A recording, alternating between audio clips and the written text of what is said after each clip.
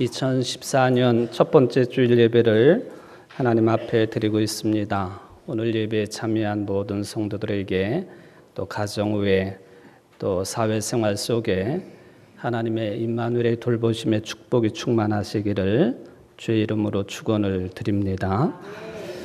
새해가 되면 당연히 우리는 새로운 것, 또 새로운 세상에 대한 기대와 희망을 가지게 됩니다. 그런데 그러한 희망과 기대가 있는 것도 사실이지만은 또 반면에는 나 자신을 들여다보면 내가 그런 새로운 세상에 대한 희망과 기대를 가진 만큼 내가 변화된 인생인가, 또 다른 사람은 그러한가, 또 우리가 살고 있는 세상은 그러한가, 이걸 바라다 보면 벌써 며칠이 지난 지금쯤에는 새로운 세상, 새로운 삶에 대한 자포자기에 들어간 사람들이 많다 하는 것을 보게 됩니다. 그래서 저는 이런 현상들을 보면서 전도서 기록자가 기록해 놓은 것처럼 참으로 해 아래 새 것은 없다 하는 그 말씀이 새삼스럽게 가까이 다가오게 됩니다. 전도서의 기록이 이렇습니다. 다윗의 아들 예루살렘 왕 전도자의 말씀이라. 전도자가 가로되 헛되고 헛되며 헛되고 헛되니 모든 것이 헛되도다. 사람이 해 아래 수고하는 모든 수고가 자기에게 무엇이 유익한고, 한 세대는 가고 한 세대는 오되 땅은 영원히 있도다. 해는 떴다가 지며 그 떴던 곳으로 빨리 돌아가고 바람은 남으로 불다가 북으로 돌이키며 이리 돌며 저리 돌아 불던 곳으로 돌아가고 모든 강물은 다 바다로 흐르되 바다를 채우지 못하며 어느 곳으로 흐르든지 그리로 연하여 흐르느니라. 만물의 피곤함을 사람이 말로 다 할 수 없나니 눈은 보아도 족함이 없고 귀는 들어도 차지 아니하도다. 이미 있던 것이 후에 다시 있겠고 이미 한 일을 후에 다시 할지라. 해 아래는 새 것이 없나니 무엇을 가리켜 이르기를 보라 이것을 새 것이라 할 것이 있으랴. 우리 오래전 세대에도 이미 있었느니라. 이전 세대를 기억함이 없으니 장래 세대도 그 후 세대가 기억함이 없으리라. 전도서 첫 장 1절부터 11절 말씀이 새삼스럽게 가까이 다가온다 하는 그런 말씀이 되겠습니다. 여기 이 전도서를 기록한 사람이 솔로몬 왕으로 알려져 있습니다.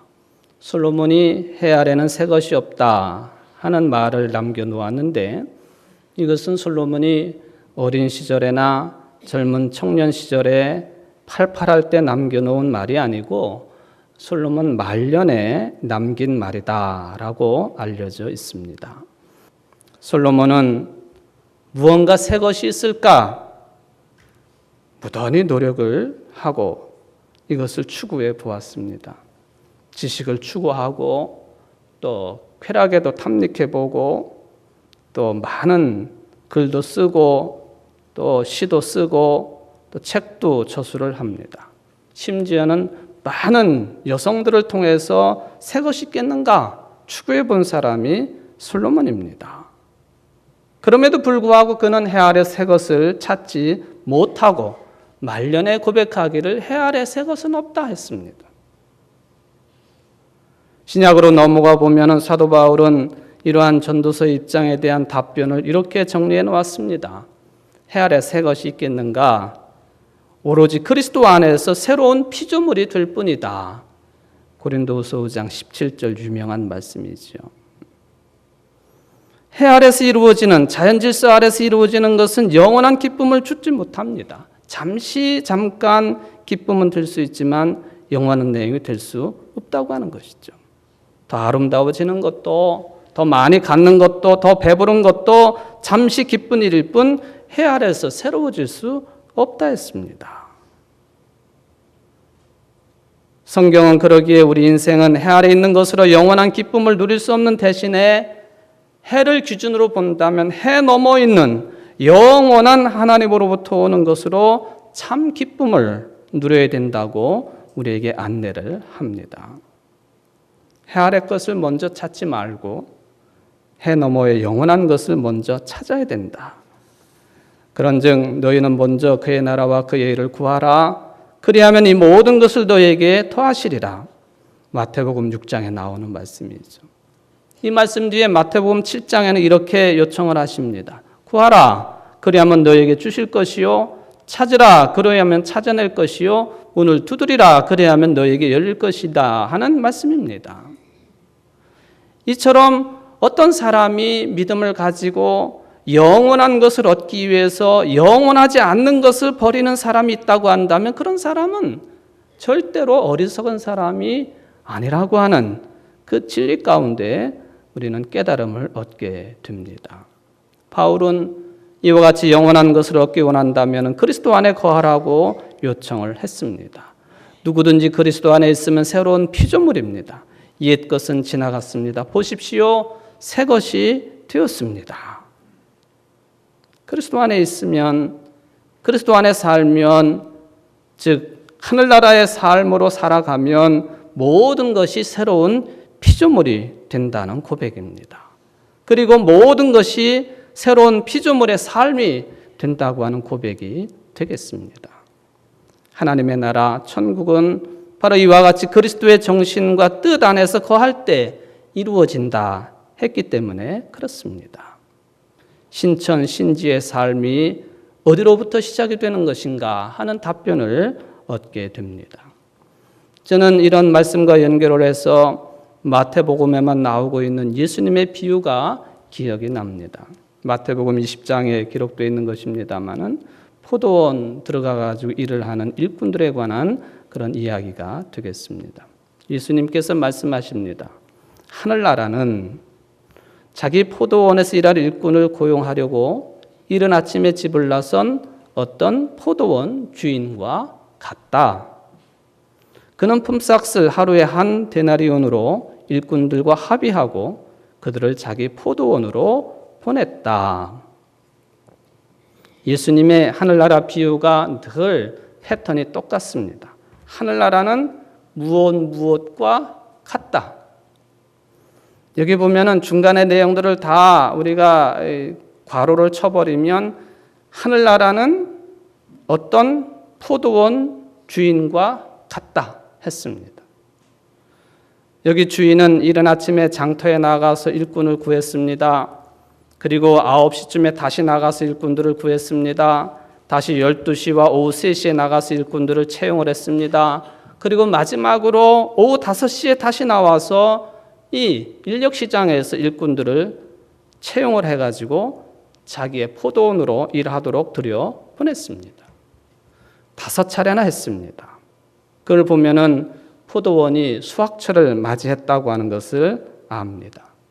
포도 수확은 제때 하지 아니하면 포도가 너무 설익어도 안 되고 너무 익어도 안 되기 때문에 때를 놓치면 이 수확에 따른 많은 손실이 예상되는 것이기 때문에 많은 일꾼들이 필요하면 그때그때 일꾼들을 이제 공급을 해야 되는 것입니다.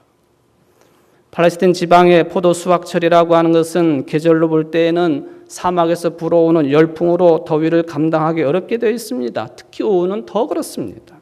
그러니 포도원에서 일하는 햇볕을 피하지 못하고 그 뜨거운 햇볕 밑에서 일을 하는 일꾼들의 더위가 어땠을까 상상이 갑니다. 새벽부터 불려간 사람들이 지칠만 할 때에 다른 힘 있는 인력이 보충이 됩니다. 또 그들이 지칠만 할 때에 또 힘 있는 인력이 보충이 됐습니다.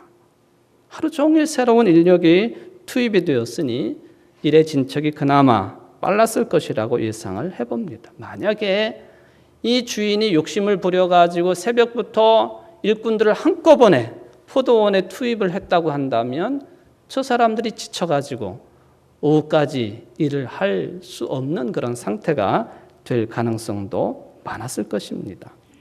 하루 일이 끝나고 주인은 임금을 계산을 합니다. 그런데 맨 나중에 들어와가지고 일한 사람부터 임금을 주었습니다. 그 사람은 그 사람들은 1시간밖에는 일하지 않은 사람이에요. 그것도 오후 늦게니까 서늘할 때 와가지고 딱 1시간 일했습니다. 저들에게 한 데나리온을 주었습니다.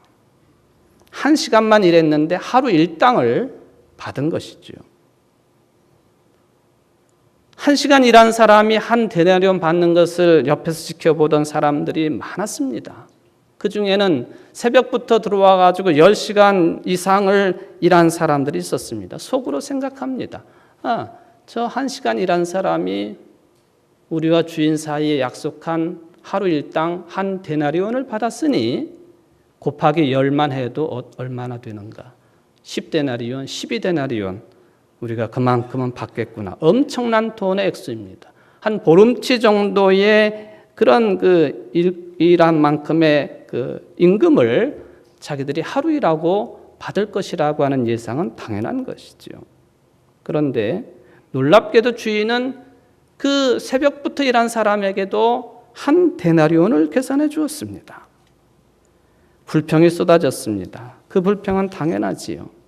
마지막에 온 이 사람들은 1시간밖에 일하지 않았는데 찌는 더위 속에서 온종일 수고한 우리들과 똑같이 대우를 하십니까? 하루 종일 일한 사람들의 불평이었습니다. 그러자 주인은 당신들에게 약속한 대로 한 데나리온을 주었는데 무엇이 불만이요? 내 것을 가지고 내 마음대로 하는데 당신들이 무슨 참견이요? 하고는 책망하면서 저들을 돌려보냅니다. 불평을 하는 일꾼들에게 주인이 말을 합니다. 내가 선함으로 내가 악하게 보느냐? 표준 세번역에 보면은 내가 후하기 때문에 그대 눈에 거슬리요? 내가 선함으로 내가 악하게 보느냐? 이것을 문자대로 직역을 하면 이렇게 번역이 됩니다. 내가 선함으로 내 눈이 악하냐? 불평하는 일꾼들에게 주인은 너의 눈이 악하다라고 판단을 하고 책망을 했습니다.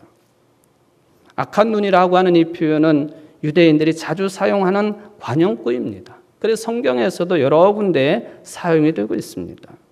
신명기서 15장 9절에 보면은 삼가 너는 마음에 악한 마음을 품지 말라. 곧 이르기를 7째 해 면제년이 가까이 왔다 하고 내 궁핍한 형제를 악한 눈으로 바라보며 아무것도 주지 아니하면 그가 너를 여호와께 호소하리니 그것이 내게 죄가 되리라. 잠언 23장 6절에 보면은 악한 눈이 있는 자의 음식을 먹지 말며 그의 마리는 음식을 탐하지 말지어다. 잠언서 28장 22절에 보면은 악한 눈이 있는 자는 재물을 얻기에만 급하고 빈궁이 자기에게로 임할 줄은 알지 못하느니라. 이 외에도 신구약 중간 시대쯤에 많이 나온 책들 속에서도 악한 눈이라고 하는 언급은 여러 책에서 등장을 합니다. 그런데 우리가 발견할 수 있는 것은 대부분 악한 눈이란 무엇을 말하는가? 어떤 사람들이 악한 눈을 가지고 있다고 표현하고 있는가? 그것은 이기적이고 탐욕스러운 사람, 인색한 사람을 가리키고 있는 관용구입니다. 즉 재물에 눈이 먼 사람을 보고 유대인들은 악한 눈을 가졌다 그렇게 표현한다는 것이죠. 반면에 선한 눈을 가진 사람이란 힘들게 살아가는 이웃들을 보면은 관대한 눈을 가지고 관대한 마음을 가지고 너그럽게 대하는 사람들을 뜻할 때에 선한 눈이다 그렇게 표현한다는 것이죠. 그러므로 예수님의 비유에서 이 포도원 주인은 선한 눈을 가진 사람입니다. 가장 마지막에 온 사람들 1시간밖에 일하지 않았지만은 저들에게 한 데나리온을 준 것은 저들이 하루 벌어가지고 온 식구들의 먹을거리를 장만하는 그런 딱한 사정을 알고 있기 때문에 1시간밖에 일하지 않았지만 10배로 품삯을 계산해 준 관대한 사람, 그렇기 때문에 선한 눈을 가진 사람이라 하는 것입니다. 반면에 하루 종일 일한 일꾼들은 자기들에게는 더 풍족하게 주지 않고 나중 온 사람들에게 풍족하게 준다고 해서 불만을 토로했는데 바로 인색한 마음을 가졌기 때문에 그렇습니다. 자기 중심적인 사고방식에서 나온 것이죠. 물질에 대한 욕심을 말하는 것입니다. 만약에 하루 종일 일한 사람들이 좋은 사람이라고 한다면, 선한 눈을 가진 사람들이라고 한다면 동료들에게 은혜를 베푼 주인에게 오히려 감사한 말을 했어야 마땅한 것입니다. 그게 온전한 것이죠. 그래서 예수님께서는 그 주인이 선한 눈을 가진 반면에 하루 종일 일한 일꾼들은 악한 눈을 가졌다라고 하는 것을 비유 가운데 나오고 있는 포도원 주인의 입을 통해서 말씀하신 거예요. 예수님의 뜻입니다. 하늘나라는 마치 포도원 주인과 같다. 하늘나라는 선한 눈과 같다. 선한 눈을 가지고 있는 주인과 같다. 하늘나라는 관대한 마음을 가지고 있고 너그러운 마음을 가지고 있고 그런 마음들이 풍요로운 곳, 그런 마음들이 온전하게 베풀어지는 것이 하늘나라다. 이 예수님의 뜻이 되지 않겠습니까? 하늘나라는 자기 포도원에서 일할 일꾼을 고용하려고 이른 아침에 집을 나선 어떤 포도원 주인과 같다. 그는 품삯을 하루에 한 데나리온으로 일꾼들과 합의하고 그들을 자기 포도원으로 보냈다. 하늘나라는 포도원 주인이 지니고 또 살고 있는 너그러운 마음, 선한 마음이 온전한 것이라고 예수님이 말씀하신 것입니다. 뿐만 아니라 자격이 없는 모든 사람들에게 은혜를 베푸시는 자비롭고 관대하신 하나님께서 온전히 통치하시는 새 하늘과 새 땅이 바로 하늘나라다. 뿐만 아니라 이런 신천신지는 인간의 노력으로 만들어지는 것이 아니다 하는 것이죠. 주인 되시는 하나님의 은혜로 이 신천신지는 주어지는 것이다. 그런데 놀랍게도 이미 구약의 유명한 예언자인 이사야는 이스라엘 사람들에게 하늘의 음성으로 이 이미지를, 이런 내용의 구약적인 복음을 선포를 한 것인데 그 본문이 바로 오늘 본문의 내용이 되겠습니다. 이사야가 말씀을 선포합니다. 보라, 내가 새 하늘과 새 땅을 창조하나니 이전 것은 기억되거나 마음에 생각나지 아니할 것이라. 요한복음 21장 1절에도 비슷한 말씀입니다. 또 내가 새 하늘과 새 땅을 보니 처음 하늘과 처음 땅이 없어졌고 바다도 다시 있지 않더라. 특이하게도 두 군데 말씀이 똑같이 유대인들이 가지고 있는 고유한 세계 이해에서 나온 개념을 채용을 합니다. 그 개념이 뭡니까? 지금의 세상은 망할 것이고 사라질 것이고 새로운 세상이 올 것인데 그 새로운 세상은 사람의 능력이나 힘으로 되는 것이 아니라 하나님의 초월적인 능력을 통해서 그 새 세상은, 새 하늘과 새 땅은, 하나님의 나라는, 신천 신지는 온다라고 하는 신앙 사상이 되겠습니다. 이사야도 그런 말씀을 선포했고 요한 사도도 그런 말씀을 선포를 했습니다. 그리고 이러한 새로운 신앙 사상이 탄생하게 된 데는 그럴 만한 역사적인 체험이 있었습니다. 오늘 본문에 보면은 바로 예루살렘 문제였습니다. 하나님이 예루살렘 그 성을 즐거운 성으로 창조하신다 했는데 어떻게? 우는 소리와 부르짖는 소리가 다시는 들리지 않을 것이다. 이사야가 왜 이런 말씀을 희망의 말씀으로 선포를 했는가? 도대체 그가 직접적으로 체험한 역사적인 체험은 무엇이었는가? 이 우는 소리와 부르짖는 소리를 거꾸로 읽어보면은 이사야가 체험한, 요한 사도가 체험한 역사적인 체험을 우리가 알아차릴 수가 있겠습니다. 이사야가 체험한 것은 그것입니다. 예루살렘이, 이스라엘 민족이 그 속에 우는 소리와 부르짖는 소리가 가득했고 노약자들과 아이들이 죽어나갔고 굶주림과 약탈이 만연을 했고 모든 노력이 대가가 주어지지 아니하고 헛수고로 돌아가는 그런 세상이었다라고 하는 체험입니다. 저들의 삶이 총체적으로 파괴되었습니다. 바벨론의 침공 때문에 포로로 잡혀간 것, 전쟁이 백성들의 삶을 어떻게 파괴하는지 긴 설명 필요 없습니다. 최소한의 인간적인 삶도 불가능한 상태가 이사야 예언 활동 시절 아닙니까? 다행히도 그 다음 정권인 페르시아의 고레스 왕이 이스라엘 백성들을 본국으로 돌아가게 하고 성전이 재건이 되고 유대 왕국이 새롭게 건설이 시작이 되기도 했지만은 그러나 실제로 새로워지는 것은 하나도 없었습니다. 기원전 515년경에 예루살렘 성전을 봉헌할 수 있었습니다마는 그것으로 근본적인 것이 달라진 것은 없다는 것입니다. 이런 상황 속에서 이사야 예언자는 예루살렘이 새로워진다고 하는 꿈과 희망을 심어준 것입니다. 우는 소리와 부르짖는 소리가 없고 기아와 약탈이 없을 것이며 노동의 정당한 열매를 얻는 세상이 올 것이라고 하는 예언의 말씀입니다. 물론 이사야의 예언이 성취되었는가? 이스라엘 역사 속에서 실패했다고 볼 수도 있겠죠. 중요한 것은 하나님께 그가 연결되어 있는 사람이냐 아니냐. 비록 이 꿈이 실현되지 못했다 할지라도 실패한 것은 아닙니다. 어떤 사람은 이사야의 예언은 옳은 실패였다, 그렇게 표현하는 이유가 거기에 있습니다. 그런데 여러분 놀라지 마십시오. 이사야 예언이 있은 후에 수백 년 지난 뒤에 예수님이 세상에 오셨습니다. 예수님이 하나님 나라를 선포하셨습니다. 어둠에 앉은 백성이 큰 빛을 보고 그늘진 죽음의 땅에 앉은 사람들에게 빛이 비치는 나라인 하나님의 나라를 선포하셨습니다. 때가 찼다. 하나님의 나라가 가까이 왔다. 회개하여라. 복음을 믿어라. 예수님이 선포하신 이 하나님의 나라가 곧 새 창조의 세계라고 하는 것이죠. 예수님의 비유를 다시 생각해 보십시오. 포도원에서 하루 1시간 노동한 사람이나 10시간 이상 노동한 사람에게 똑같이 하루 일당인 한 데나리온을 주는 포도원 주인이 그 마음이 있는 것, 그런 일이 벌어지는 것 바로 하나님의 나라와 같다 하시지 않았습니까?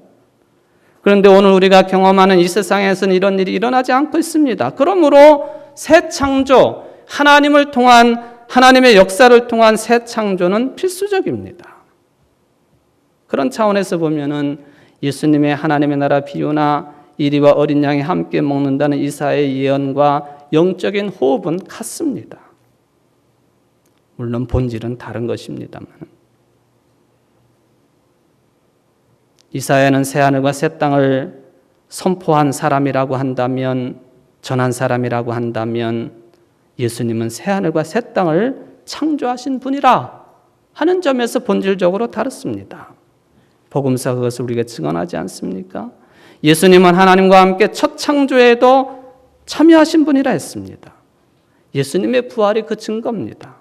부활은 창조 사건입니다. 그냥 생명을 조금 뜯어 고친 계량이 아니라 생명을 전혀 새로운 생명으로 변화되는 것이 부활이기 때문에 새 창조의 주체이신 메시아로서 그리스도의 오심은 새하늘과 새 땅, 하늘나라의 토래라고 하는 예수님의 복음 선포는 옳습니다. 그러므로 그리스도의 부활을 믿는 성도 여러분, 이 세상을 두려워하지 마십시오. 혹시 어떤 사람들이 불의한 사회 구조 때문에 고난 중에 있는 사람들이 있습니까? 괴로워하지 마십시오. 오히려 주님의 부활을 굳게 믿으시기 바랍니다. 부활하신 주님께서 여러분의 참된 생명이 되어주시고 미래를 확실하고 굳건하게 보장해 주시기 때문에 그렇습니다. 청마의 해 2014년, 우리 교회로서는 교회 창립 110주년을 맞이하는 사랑하는 성도 여러분에게 이러한 복이 1년 내내 충만하시기를 주의 이름으로 축원을 드립니다.